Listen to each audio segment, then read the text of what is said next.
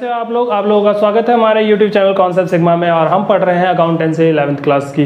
11th class की accountancy में मैं पढ़ा चुका हूं पहला चैप्टर यानी कि introduction to accounting. Introduction to accounting में मैंने आपको बताया है अकाउंटिंग क्या होती है, अकाउंटिंग की डेफिनेशंस बताई है, अकाउंटेंसी बताई है। उसके बाद जितने भी बेसिक होना चाहिए अकाउंटिंग के बारे में वो मैं सारा नॉलेज आपको दे चुका हूँ। इसके लिए आपको मेरे पिछले वीडियोस जो हैं वो देखने पड़ेंगे ताकि आपको डिटेल्स में वो सारी चीज़ें समझ में आ जाएं। अब मैं आज क्या पढ़ा रहा हूँ, आज मैं पढ़ा रहा हूँ basic accounting terms. Basic accounting terms में पिछले वीडियोस भी आपको मिलेंगे, पर उस वीडियो से मैं थोड़ा आगे पढ़ा रहा हूँ। मैं अब तक पढ़ा चुका हूँ कौन कौन सी चीज़ें मैं आपको बता देता हूँ। बेसिक अकाउंटिंग टर्म्स में मैं आपको पढ़ा चुका हूँ बिजनेस ट्रांजैक्शन, मैं आपको पढ़ा चुका हूँ अकाउंट के बारे में मैं पढ़ा चुका हूँ, कैपिटल के बारे में मैं पढ़ा चुका हूँ, ड्राइंग के बारे में मैं लायबिलिटी पढ़ा चुका हूँ, मैं असेट्स पढ़ा चुका हूँ। उसके बाद असेट्स के जो हिस्से हैं नॉन करंट असेट्स किसे कहते हैं, करंट असेट्स किसे कहते हैं, टेंजिबल असेट्स किसे कहते हैं, इनटेंजिबल असेट्स किसे कहते हैं, फिक्टिशियस असेट्स किसे कहते हैं, रिसिप्ट्स किसे कहते हैं, रिसिप्ट्स के भी हिस्से बताए, कैपिटल रिसिप्ट्स किसे कहते हैं, रेवेन्यू रिसिप्ट्स किसे कहते हैं, एक्सपेंडिचर किसे कहते हैं, एक्सपेंडिचर में रेवेन्यू एक्सपेंडिचर, कैपिटल एक्सपेंडिचर और डेफर्ड रेवेन्यू एक्सपेंडिचर ये भी मैं बता चुका हूँ। तो इतनी सारी चीज़ें मैं बेसिक अकाउंटिंग टर्म्स में बता चुका हूँ। बेसिक अकाउंटिंग टर्म्स यदि आपको नहीं पता जो मैं बता चुका हूँ तो मेरे पिछले वीडियोस आपको देखने पड़ेंगे। वो वीडियो देखें तभी आगे बढ़ें, क्योंकि जब तक वो देखेंगे नहीं आगे समझ में नहीं आएगा।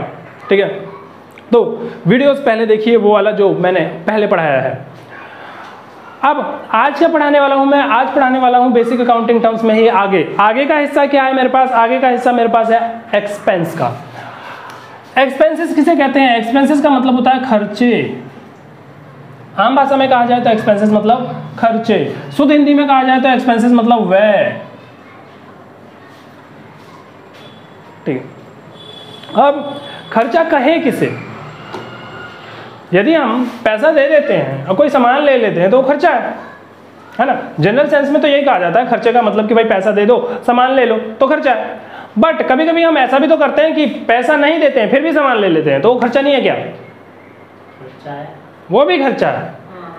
ठीक है, तो यानी कि खर्चों का इससे मतलब नहीं है कि आपने पैसे दिए या नहीं दिए। खर्चे का इससे मतलब है कि आपने बेनिफिट यूज किया या नहीं किया। यदि आपने बेनिफिट यूज किया है तो वो खर्चे हैं, अब बेनिफिट यूज नहीं किया है तो खर्चे नहीं है।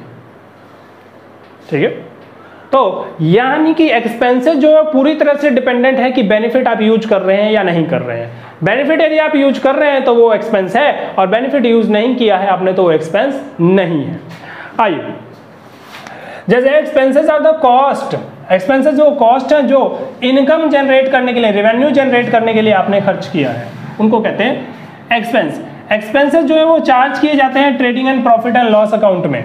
Expenses trading and profit and loss account में चार्ज किया जाता है।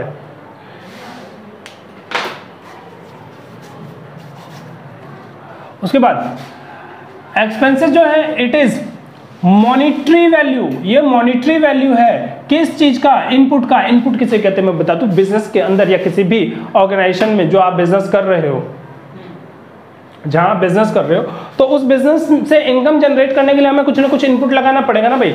जब तक आप इनपुट नहीं लगाओगे तो इनकम जनरेट नहीं कर सकते।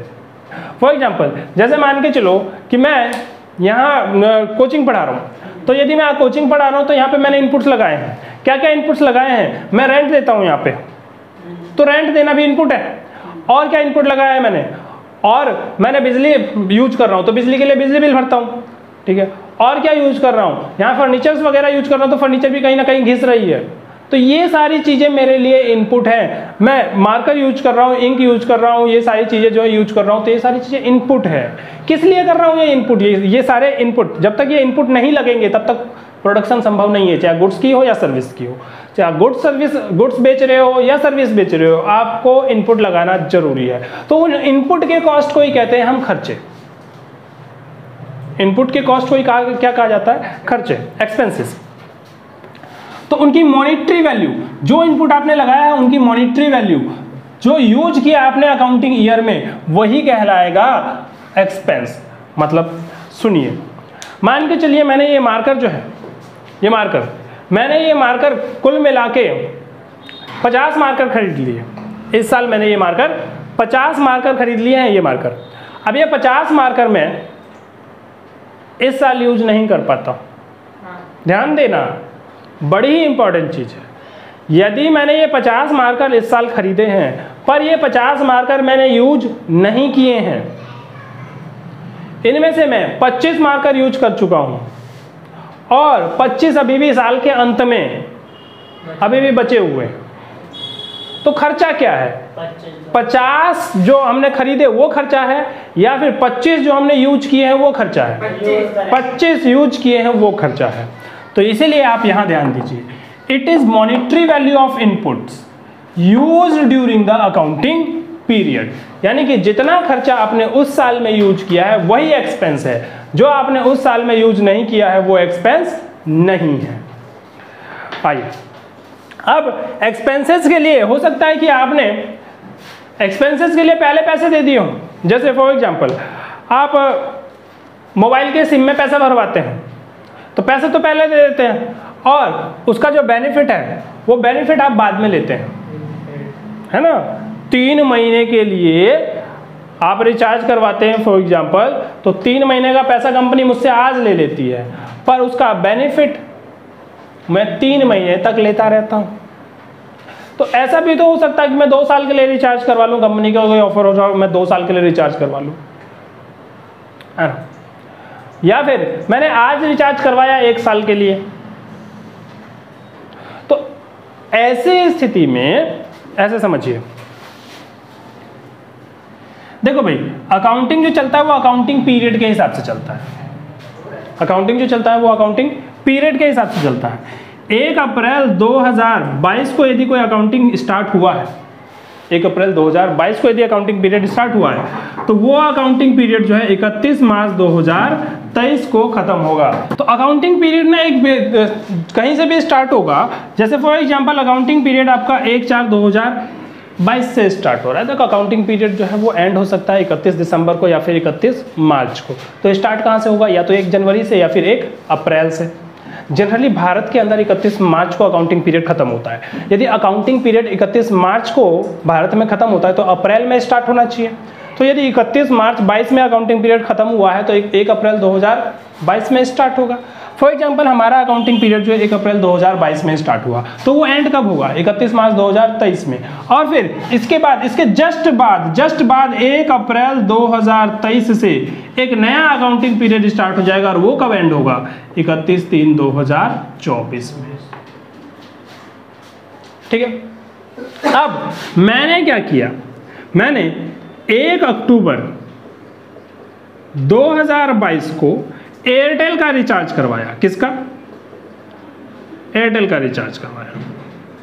कितने के लिए? 1 ईयर के लिए। 1 ईयर का रिचार्ज करवाया और उसके लिए मैंने 2000 रुपये दिए, सॉरी 3000 रुपये दिए। कितना दिया? 3000 रुपये।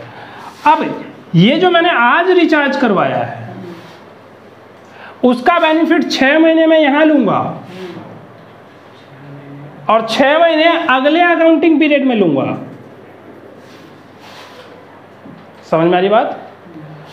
तो ये जो खत्म होगा मेरा 30 सितंबर 2023 को, 30 सितंबर 2023 को मेरा रिचार्ज कब खत्म होगा? भाई यहां से स्टार्ट हुआ 1 साल के लिए तो खत्म यहां पे होगा। तो इस रिचार्ज का बेनिफिट मैंने 6 महीने यहां लिया है और 6 महीने यहां लिया है। बात समझ में? पर पैसे मैंने कब दे दिए हैं? यहीं पे एक बार में 1 अक्टूबर 2022 को ही मैंने पैसे दे दिए हैं। आप बताओ क्या 3000 पूरे इस साल का खर्चा है? नहीं। या पूरा का पूरा इस साल का खर्चा है? नहीं। दोनों में से किसी भी साल का पूरा खर्चा नहीं है। ये 3000 जो आपने दिए हैं इसका बेनिफिट आप 6 महीने यहां लोगे और 6 महीने यहां लोगे, है ना। तो इसका मतलब 1500 का बेनिफिट आप यहां ले रहे हो और 1500 का बेनिफिट आप यहां ले रहे हो, पर पैसे तो आपने पहले दे दिया है। तो ये 1500 क्या कहलाएगा? ये 1500 कहलाएगा मेरा प्रीपेड एक्सपेंस। और ये 1500 क्या कहलाएगा? ये 1500 कहलाएगा एक्सपेंस। बात आई समझ में?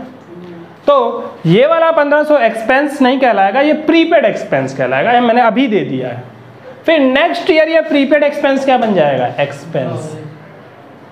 नेक्स्ट ईयर जब मैं इसका बेनिफिट यूज कर लूंगा तो फिर ये एक्सपेंस बन जाएगा। पर अभी जिस टाइम पे कर रहे हो उस टाइम के लिए क्या है, प्रीपेड है। ठीक है, इस साल के एंड में भी आप यहाँ पे भी खड़े हो तो इसके लिए क्या है, ये प्रीपेड है। जब आप इस साल में यहाँ खड़े हो जाओगे तो ये वाला 1500 क्या हो जाएगा, एक्सपेंस बन जाएगा। तो जब आपने उसका बेनिफिट यूज नहीं किया है तब तक वो प्रीपेड है। जब उसको आप यूज कर लेते हो उसका बेनिफिट तो फिर वो एक्सपेंस बन जाता है। ठीक है, तो लीजिए prepaid expense, it is the amount paid but benefit of which, पर बेनिफिट उसका विल बी यूज किया जाएगा इन नेक्स्ट अकाउंटिंग पीरियड्स। उनके बेनिफिट जो है वो नेक्स्ट अकाउंटिंग पीरियड में। अब मेरे लिए फेवरेबल है पहले पैसा दे देना, और कोई भी चीज यदि आपके फेवर में है तो वो असेट्स है। ठीक है, मेरे लिए फेवरेबल है पहले पैसा दे देना, क्योंकि भाई मैंने तेरे को पहले पैसा दे दिया है, जैसे तुमने मुझे फीस एडवांस में दे दी, तो आपके लिए फेवरेबल है, पर मेरे लिए फिर अनफेवरेबल हो जाएगा क्योंकि मैंने अभी पढ़ाया तो है नहीं और फीस पहले ले लिया। तो इसका मतलब ये कि मेरे लिए वो लायबिलिटी हो गई और तुम्हारे लिए एसेट्स। तो यदि कोई चीज़ बिजनेस के फेवर में है, पहले पैसा दे दिया मैंने, तो वो चीज़ मेरे लिए फेवर में है, बट जिसको पैसा दिया उसके लिए फेवर में नहीं है। ठीक है, तो इसीलिए यदि प्रीपेड आप करते हो तो वो कहलाएगा एसेट्स। ठीक है, कितना एसेट्स है, 1500 का तो बेनिफिट आपने यूज कर लिया, तो जितना एक्सपेंस हो चुका है वो असेट्स नहीं है, जो आपने अभी तक बेनिफिट यूज नहीं किया है वो असेट्स है। ठीक है, अगले अकाउंटिंग पीरियड में वो फिर क्या बन जाएगा, एक्सपेंस। आउटस्टैंडिंग किसे कहते हैं, आउटस्टैंडिंग का मतलब होता है बकाया। आउटस्टैंडिंग का मतलब बकाया, ऐसा खर्चा जिसका बेनिफिट तो ले लिया है पर पैसे नहीं दिए। हाँ, तो it is the value of input, आपने वैल्यू ऑफ इनपुट ले लिया, यूज भी कर लिया, बट उसकी पेमेंट अभी तक नहीं दिया। Payment has not been made yet, payment has not made yet, payment अभी तक नहीं किया गया है। ठीक है, तो यदि आपने पेमेंट अभी तक नहीं किया है तो वो लायबिलिटी है, कर्जा, क्योंकि बेनिफिट आपने यूज कर लिया। फॉर एग्जांपल ये कमरा जो है जहां हम पढ़ा रहे हैं, इसका मैंने बेनिफिट ले लिया 1 महीने तक, बट अभी तक किराया नहीं दिया, तो लायबिलिटी है भाई, कर्जा है आपके लिए। तो उसे क्या कहेंगे, आउटस्टैंडिंग रेंट, आउटस्टैंडिंग एक्सपेंस है ये एक्सपेंस कौन सा है, आउटस्टैंडिंग एक्सपेंस।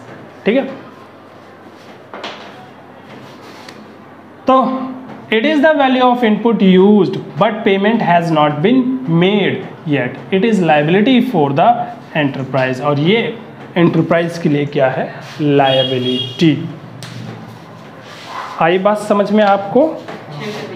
हाँ जी, तो आगे जो है वो हमारे पास है बेसिक अकाउंटिंग टर्म्स में इनकम, प्रॉफिट और गेन्स। देखो सुनने में तो ये तीनों का तीनों एक जैसा लगता है।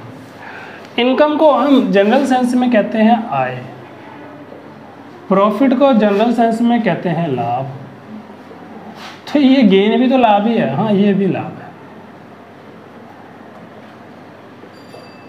फिर इन दोनों में फर्क क्या है, इन तीनों में ही फर्क है। देखो इनकम थोड़ा ब्रॉडर सेंस है, ब्रॉडर मतलब बड़ा, कमाई आपकी कहीं से भी हो तो वो इनकम कहलाएगी। यदि आपका एक बिजनेस है, से आपकी एक दुकान है, किराने वाली दुकान है जहां आप सामान बेचते हैं, आटा चावल तेल साबुन नमक ये सब चीज़ें बेचते हैं। अब यहाँ प्रॉफिट आप कमा रहे हैं किस पे, आपने क्या किया, जो सामान बेच रहे हो उस पर प्रॉफिट कमा रहे हो, तो वो प्रॉफिट जो है वो भी कमाई है। बात आई समझ में?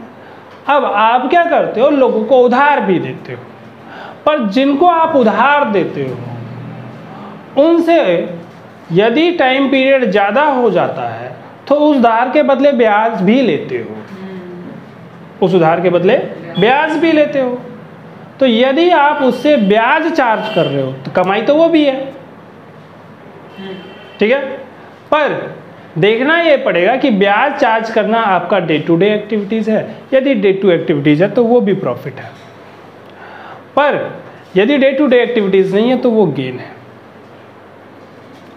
तो इनकम के अंदर प्रॉफिट और गेन दोनों इंक्लूड होते हैं। इनकम कहीं से भी हो इनकम कहलाएगा, per day to day activity से हो प्रॉफिट कहलाएगा, other than day to day activity से हो गेन कहलाएगा। आई बात समझ में? सुनिए मेरी बात। इनकम इज प्रॉफिट और गेन, या तो प्रॉफिट है या फिर गेन है, अर्नड बाय बिजनेस, बिजनेस ने कमाया है। कहाँ से कमाया है? कहीं से भी कमाया हो। कब कमाया है? During accounting year. तो अकाउंटिंग ईयर के दौरान उसने कमाया होना चाहिए, कमाया कहीं से भी, इससे फर्क नहीं पड़ता।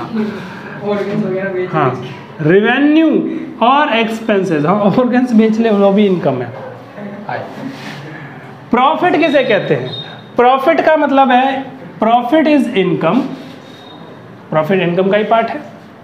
Earned by the business, business ने कमाया है डे टू डे एक्टिविटीज से। अब दुकान आपकी किराने की, आप चावल बेच रहे हो उसमें फ़ायदा हो रहा है, वो प्रॉफिट है। आटा बेच रहे हो उसमें फ़ायदा हो रहा है, प्रॉफिट है। तेल, नमक, साबुन, धनिया, हल्दी, मिर्च ये सब बेच रहे हो, इन सब में प्रॉफिट है। अब हुआ ये कि उसके पास एक पुराना फर्नीचर पड़ा था दुकान में, मेरे दुकान में एक पुराना फर्नीचर पड़ा था। अब वो पुराना फर्नीचर जो है वो मैंने बेच दिया, उसमें भी मुझे फ़ायदा हो गया, तो वो क्या कहलाएगा? गेन। वो तेरा डे टू डे एक्टिविटीज थोड़ी है, वो तेरा डेली का काम धंधा थोड़ी है।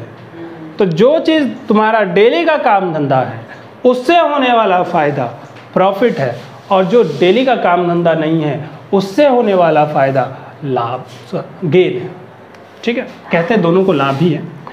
आइए, day to day activities of enterprise during an accounting year, it is income earned from operating activities. यदि आपका ऑपरेटिंग एक्टिविटीज से पैसा कमा रहे हो तो वो प्रॉफिट है। ऑपरेटिंग एक्टिविटीज का मतलब वही भाई डे टू डे एक्टिविटीज, उसी को ऑपरेटिंग एक्टिविटीज कहते हैं। ठीक है, आपका जनरल ऑपरेशन जो है, जो general day to day activity, उसे ऑपरेशंस कहते हैं। For example, profit from sale of goods and services, goods and services बेच के आप प्रॉफिट कमा रहे हो तो वो कहलाएगा प्रॉफिट। यदि आप गुड्स एंड सर्विसेज के अलावा कुछ और बेच के प्रॉफिट कमा रहे हो तो वो कहलाएगा गेन, जो आपका जनरल बिजनेस नहीं है। ठीक है, मैं पढ़ के बता देता हूं।